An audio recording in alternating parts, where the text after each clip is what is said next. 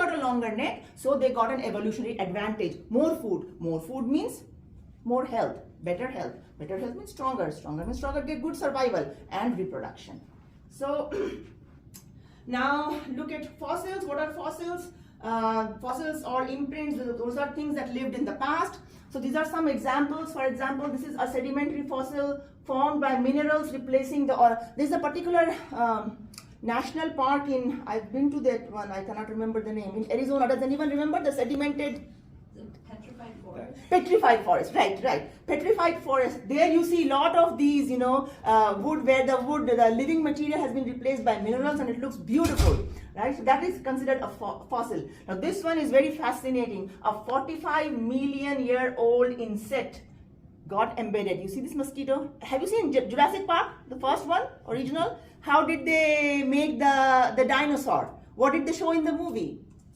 They took out DNA from mosquitoes. From a mosquito. The mosquito had sucked the blood of the dinosaur and the mosquito got preserved, so that's a fossil. And then because they got the blood of the dinosaur from the mosquito, so now then they could extract the DNA and then they created the entire Jurassic Park, right? So this is a fossil. Sometimes fossils are not always the preserved animal or the preserved plant.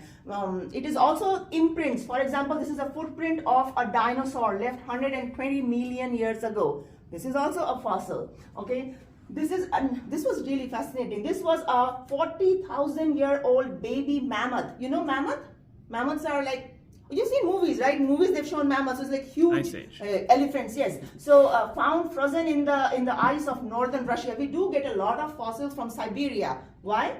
Because of the ice. It's so cold that when animals died there in prehistoric times, the bodies didn't decompose, because bacteria needs warmer temperature to act. So when it's too cold, then decomposition does not occur that fast. So they can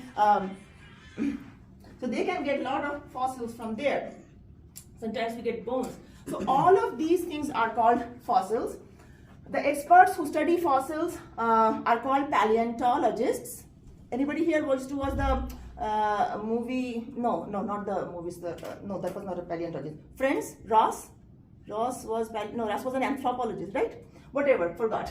So now another thing is coprolites. Coprolites are fossilized feces. Feces means waste product, stool of animals. So even that is considered a fossil. Why? Because they have recovered coprolites of dinosaurs. That means feces or stool of dinosaurs, and it gives them information on what the dinosaurs used to eat. What was the food? What kind of microorganisms or germs or parasites did the dinosaurs have in their GI tract? Because then that also tells us what were the kind of microbes present that time. So that is also a fossil. Now usually, because earth, living things, non-living things, everything, when you unearth things as you're digging it up, you will always find newer and younger materials on top, okay? The older materials are always at the bottom, because that's how there was one layer, then next whatever organisms came, so that when they died they were on top of it, and so on. So this went on like that. Do you know what is the gasoline that we use in our vehicles, automobiles? How was that formed? Okay, Luke? Isn't it like a lot of decomposed plant matter from a long time ago? Ferns, yes, pteridophytes. Those times when there were big trees were not there, it was only huge ferns, the kind of plants that they showed in Jurassic Park, those are called ferns. So the ferns, when they died and they, they fell on the ground, and there was a layer of ground again on them, so they were under a lot of pressure, they decomposed and they made gasoline. So we are still, all these years later, we are just getting all the gasoline, petroleum, which is called in other parts of the world, we are using it up, but soon we are going to, it's all going to be gone, yeah. So Darwin acknowledged that fossil record is incomplete, because nobody was thinking at that time, right? Oh, let's keep some record for future generations as we are dying. Let's make a video of that. No. So that did not happen. So we do not get fossils like completely showing this is what happened in this era, then this, then this, then this. Whatever we get, we try to make the best use of the fossils that we have and try to kind of understand the entire fossil process. So this is, let's see, what was this? This footage was filmed from an airplane flying over the Grand Canyon in Arizona. The Colorado River, seen at the bottom, has formed this magnificent canyon by gradual erosion over the past 9 million years. Changes in the course of the river have led to specific land formations, such as the bluff seen to the left. The layers, or strata, of sedimentary rocks are clearly visible, with the oldest at the bottom. By analyzing fossils from each stratum, we have learned much about changes in the diversity of life forms over time. The idea that we could attribute the formation of various landforms, such as canyons, to gradual mechanisms that still operate today, such as erosion by rivers, was introduced by geologists James Hutton and Charles Lyell in the late 18th and early 19th centuries. Credit courtesy of U.S. Geological. So there is some evidence or some more terms, okay, that are commonly used in evolutionary biology. Homology. Homology means similarity that is because of a common ancestry known as, which is called homology. So because we have common ancestors with lot of other animals or organisms existing today, there might be some structures in our body which are very similar to the ones that they have, okay, although we might call them by a different name, but anatomically, biologically, they are very similar to the structures that we have. So that is called homology. So Darwin cited those examples. He cited the anatomical similarities among forelimbs, okay. Forelimbs means these, the vertebrate forelimbs, as evidence of common ancestry. So if you look at the forelimb, that means for us it's the arm. Let's say this is the human arm, this is the cat, this is for a whale, this is for a bat, okay? Now in present day situation, these are doing different functions. What we use our arm for, the whale is using it for a different purpose, the bat is using for a different purpose, but if you look anatomically, they are similar. So that shows us at one point of time, long time ago, in evolution, we did have a common ancestor. Now with more technology available, with molecular biology available, we don't even have to depend upon those anatomical features, because right now molecular biology techniques are available. What we do is we take DNA from these different organisms and we just look at the DNA sequence. So you look at the DNA code, sequence, you do genetic code, and then you find that we have the genetic code itself is universal, right? So if AUG codes for methionine or starting codon in human beings, the same AUG codes for the start codon or methionine amino acid for bats, for cats, for rats, okay, for mice, for dogs, for everyone. So, and not only that, we do have a lot of DNA sequence similarity with other animals. And if you compare it with gorillas and chimpanzees and bonobos and orangutans, the similarity becomes even closer. It's like 96%, 94%, 93% similarity with those. Now, vestigial structures are those structures which are remnants, that means leftovers, features that served important functions in an organism's past ancestor. For example, ancient whales, they had small pelvis, okay, or in cave fishes. So these cave fishes, they live in dark, very dark, under the ocean. There's no light. So these cave fishes are functionally blind. They don't see. How can they see? There's no sunlight reaching there, right? So there's only vibration that they feel and all of that. However, if you look at them anatomically, they do have remnants of eyes. So at some point of time in evolution, when they did not evolve to live so much underwater in so much depth, they did have eyes. Now those eyes, because of no use anymore over the years, have become just remnants, have just become vestigial structures. Or the fact that human beings, we get goosebumps, okay? Goosebumps are caused by small muscles under the skin that make the hair stand on end. So you're watching a movie, horror, or an ant crawls, not exactly an ant. So what happens is suddenly you feel this, like the hair on your body stand up. Why? It's because of the muscles that contract. We don't need it anymore functionally. However, we still retain it. Why? Because long time ago in evolution, man worked more by intuition. There was a lot of intuition. There was not as much certainty. There was no light, right?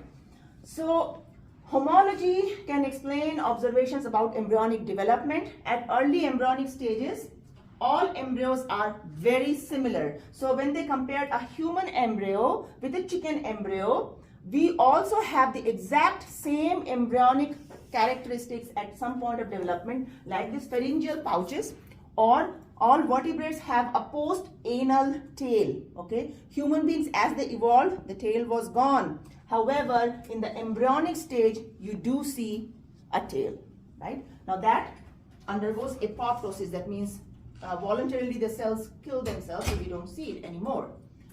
So Darwin visualized that life evolved. How we can show this evolution is as a tree, okay? So patterns of descent with evolutionary trees. So evolutionary trees are hypotheses which reflect whatever we understand at present of evolutionary descent. Now this is, what is population? Now evolution refers to generation changes in populations. Changes, what kind of changes? Genetic changes. Just a changes, because let's say a person loses a limb in an accident, okay? So this arm is gone. So do you think that's a genetic change that will be transmitted to the next generation? Of course not.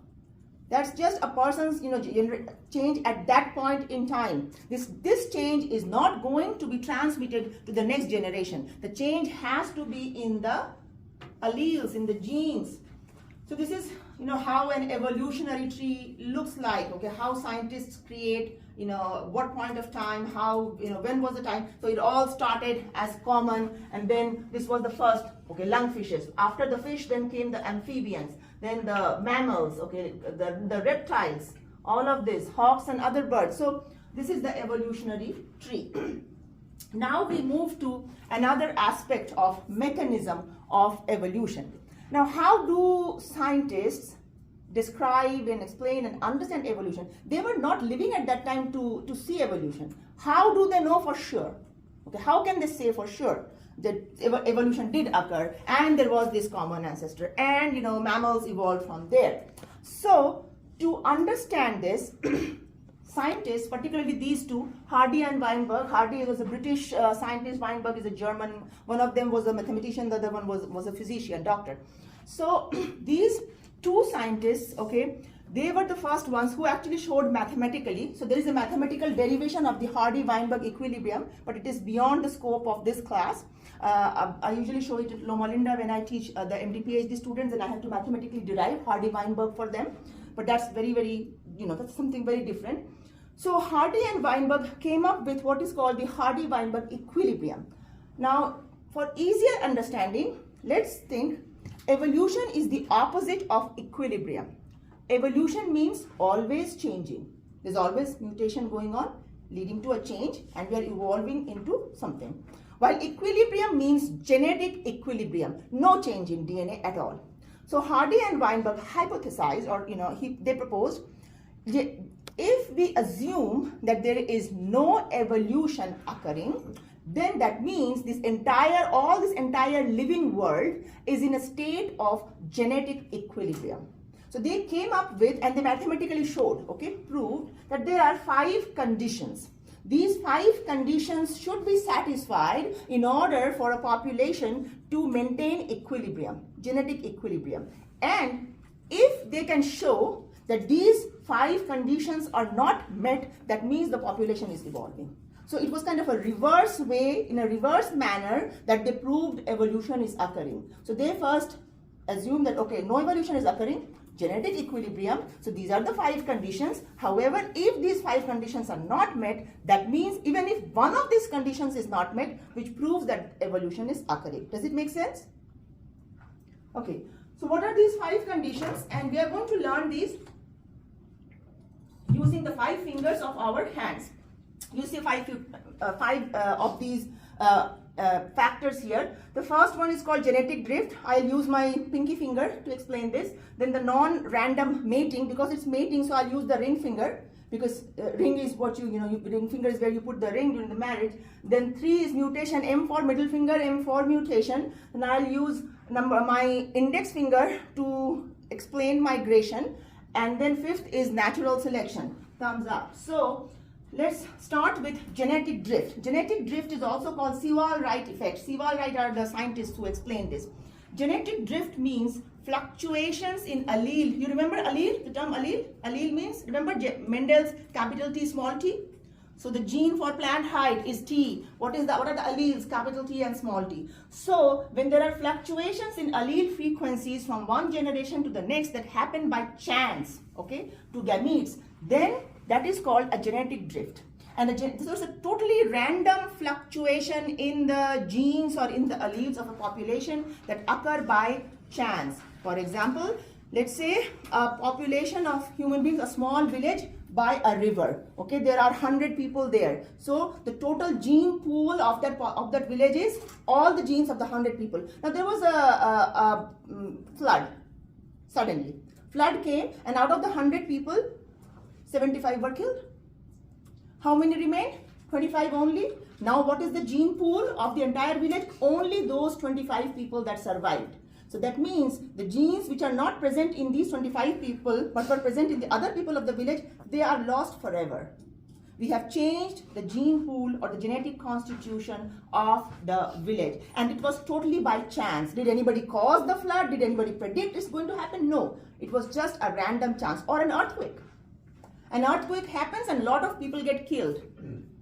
Random fluctuation. So the thing is that genetic drift is very pronounced. The effect is drastic when the population is small, and that is why I'm using the small finger.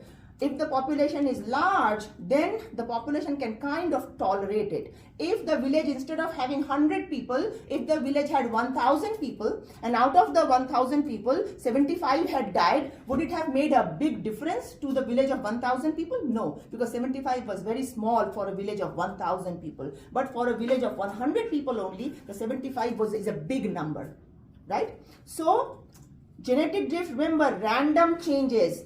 Very, very problematic for small populations. So this is genetic drift. Now, as per Hardy and Weinberg, there cannot be any genetic drift anywhere. The population is in equilibrium. However, you cannot stop it. You cannot stop nature. So even the first factor that we're starting with, can genetic drift be stopped? No, it cannot be stopped. There will always be random fluctuations in nature that will lead to animals and plants dying and organisms dying. So that is genetic drift. This is how I'm going to explain all these factors. If you think of an ideal population in a village, let's say 25% have these blue triangular genes, okay? 25% have this red circular ones, 25% have these yellow square ones, and 25% have these green diamond ones. This is the original population, very ideal gene distribution. Now after a genetic drift, some of the individuals have died. Now what are we left with? Only this much of blue, red, yellow and green. Now look at the frequency. Has the frequency remained the same? This was a random fluctuation. So now the gene pool has changed, the frequency has changed. So allele frequency has changed. Now some example, real life example is, one of them is a founder effect. Founder effect is a kind of genetic drift. When a group leaves a home to found a new settlement, for example, the Afrikaners in South Africa, they are descendants from a small group of Dutch, French and German immigrants. About 20 inherited disorders. What does that mean? Let's try to see this example so that it makes it clear. Do you know of Amish people? Have you heard of Amish? Where do they live in US?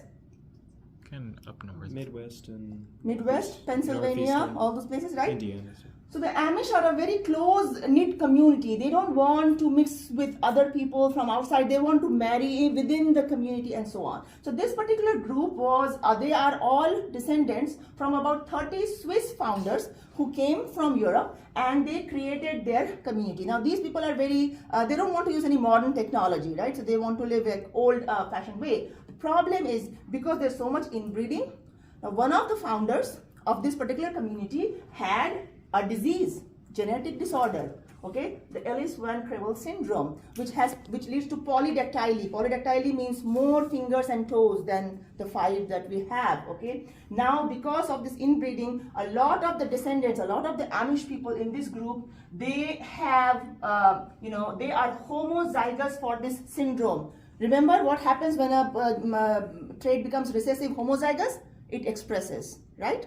If it is heterozygous, one good allele can mask the effect of the one defective allele. But once it has become homozygous, both the defective alleles are getting expressed. So most people will show this kind of problem. So this is what happens. This is a founder effect. This is a genetic drift effect, small, or population bottlenecks.